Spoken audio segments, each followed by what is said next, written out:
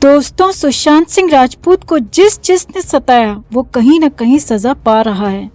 अब रिया चक्रवर्ती और उसके परिवार को ही देख लीजिए। रिया चक्रवर्ती पर मुसीबतें कम नहीं हो रही। खबरों की माने तो रिया का परिवार तंगहाली के दौर से गुजर रहा है। बस पिता की पेंशन से ही परिवार का गुजारा चल रहा है। हालात तो यहाँ तक पहुँच गए हैं दोस्तों कि रिया चक्रवर्ती पर कर्ज का बोझ इतना ज्यादा हो गया है कि वो चुका पाने में सक्षम नहीं है और हो सकता है कि आने वाले दिनों में कर्जा देने वाले रिया पर लीगल एक्शन भी ले लें।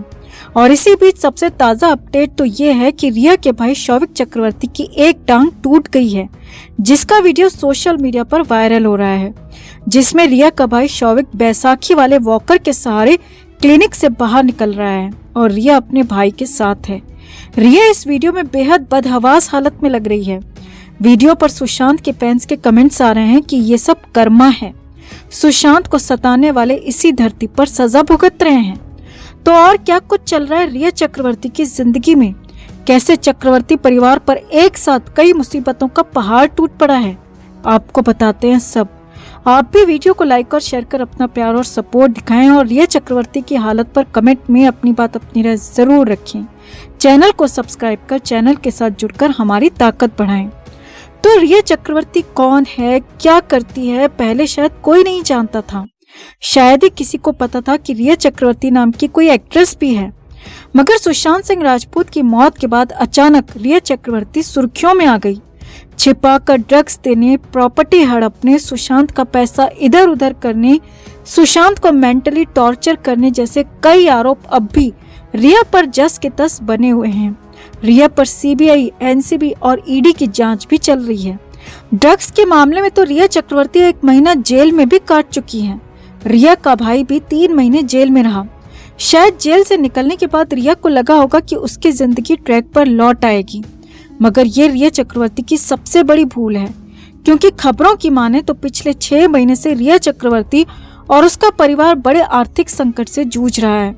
तंगहाली की नौबत आ चुकी है।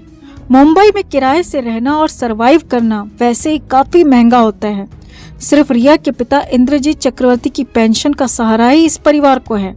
रिया चक्रवर्ती ने पिछले 1 साल में कई जगह से कर्ज ले रखा है। सामने आया है कि रिया पर तकरीबन 85 लाख रुपए का कर्ज चल रहा है और अगर रिया ने उधार का पैसा जल्दी नहीं चुकाया तो कर्जा देने वाले रिया और उसके परिवार के खिलाफ लीगल एक्शन भी ले सकते हैं।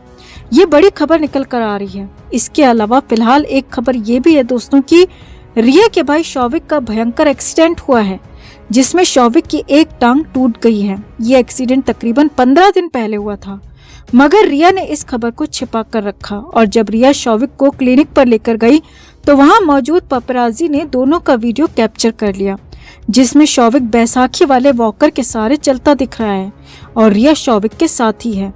रिया की हालत बेहद खराब दिख रही है। रिया को देखकर साफ लग रहा है कि जैसे रिया बहुत रोई है।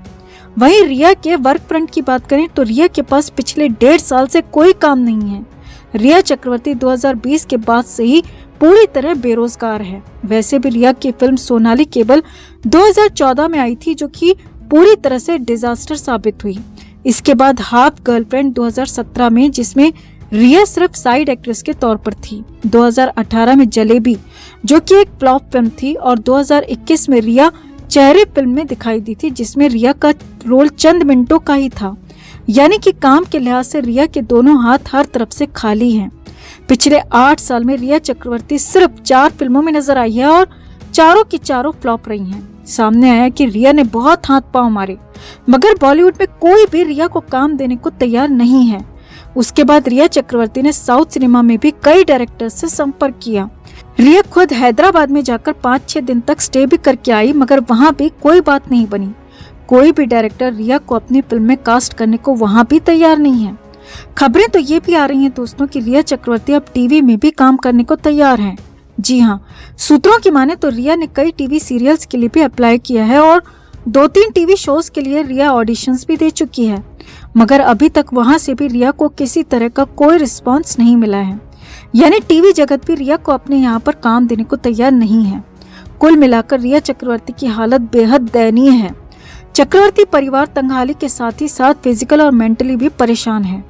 वो कहते हैं ना दोस्तों, जैसे कर्म वैसे फल। तो रिया ने किसी को शायद बहुत सताया है और रिया को लगा होगा कि उसका कोई कुछ नहीं बिगाड़ पाएगा, मगर शायद रिया चक्रवर्ती भूल गई कि ऊपर वाले की लाठी में आवाज नहीं होती, लेकिन जब वो पड़ती है तो बहुत जोर से पड़ती है। और जिस हालात में रिया चक्रवर्ती है और रिया को अगर आगे भी काम नहीं मिला तो रिया को या तो मुंबई छोड़ना पड़ेगा या फिर उधार न चुका पाने की वजह से लीगल नोटिस का भी सामना करना पड़ेगा। तो रिया की वर्तमान स्थिति पर आपका क्या कहना है दोस्तों? कमेंट में आप भी अपनी बात, अपनी राय जरूर रखें और वीडियो को लाइक और शेयर कर अपना प्यार और सपोर्ट भी जरूर दिखाएं। सुशांत सिंह राजपूत की मौत के बाद बॉलीवुड के दो मुद्दे सबसे ज्यादा हाईलाइट हुए। एक तो ड्रग का काला कारोबार और दूसरा नेपोटिज्म। अब ड्रग के खिलाफ तो एनसीबी लगातार काम कर रही है, कई नामचीन चेहरों को गिरफ्तार भी कर चुकी है। अब जैसे ही एनसीबी के हाथ अरमान कोहली तक पहुंचे तो बॉलीवुड के कई लोग परेशान हो उठे और उन्हीं में से एक है डायरेक्टर और कोरियोग्राफर फराह खान।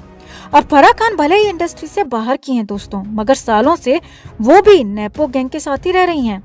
फराह का उठना बैठना पूरी तरह नेपो गैंग के साथ ही है और इसी नेपो गैंग को सपोर्ट करने के लिए फराह ने अपनी जुबान से बहुत कुछ ऊल जलूल निकाल दिया। दरअसल फराह खान अरबाज खान के टॉक शो पिंच में पहुंची थी, जिसमें फराह खान ने न सिर्फ ड्रग के मुद्दे को लेकर बल्कि नेपोटिज्म के मुद्दे को लेकर भी बहुत कुछ कह दिया। शो में पहुंचते ही अरबाज खान ने फराह खान से पूछा कि पिछले 1 साल में इंडस्ट्री में कितना बदलाव आया है।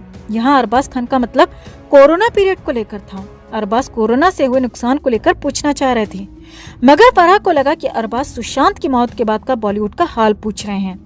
तो पहले ही सवाल में फराह खान अपना आपा खो बैठी। फराह ने कहा, ये क्या नेपोटिज्म लगा रखा है, हमारा काम धंधा चौपट हो गया है। आए दिन सोशल मीडिया पर लोग ट्रोल करने लगते हैं, भला बुरा सुनाते हैं। एक व्यक्ति की मौत के बाद ऐसा पहले तो कभी नहीं देखा। फराह ने कहा, हमको लगा था कि लोग महीने 2 महीने में भूल जाएंगे, मगर यहाँ तो साल भर से ज्यादा हो गया। बल्कि अब तो सोशल मीडिया पर हम किसी को हेलो भी कहते हैं तो लोगों को दिक्कत हो जाती है। लोग ट्रोल करने लगते हैं और कहते हैं कि नमस्ते कहो या फिर सलाम कहो। फराह ने कहा, बच्चों के फोटो पोस्ट करने पर भी लोग ट्रोल कर देते हैं। लोग कहते हैं कि खुद ही पूरा खाना खा जाती है, बच्चों को टीवी का मरीज बना रखा है। फराह ने आगे कहा, अब तो सोशल मीडिया पर एक्टिव होने में डर लगता है, पता नहीं लोग किस बात पर ट्रोल कर दें, किस बात पर भला बुरा सुना दें। फराह ने कहा, ऐसा सिर्फ मेरे साथ नहीं है बल्कि हर किसी के साथ हो रहा है, चाहे वो सलमान खान हो या फिर शाहरुख खान। ट्रोलर्स किसी को भी नहीं छोड़ रहे और ये सब पिछले 1 साल में ज्यादा हुआ है। इतना ही नहीं, फराह ने तो ये भी कहा कि भाई 1 साल हो गया, अब तो भूलो और आगे बढ़ो, हमें अपना काम करने दो और आप खुद भी अपना काम करो।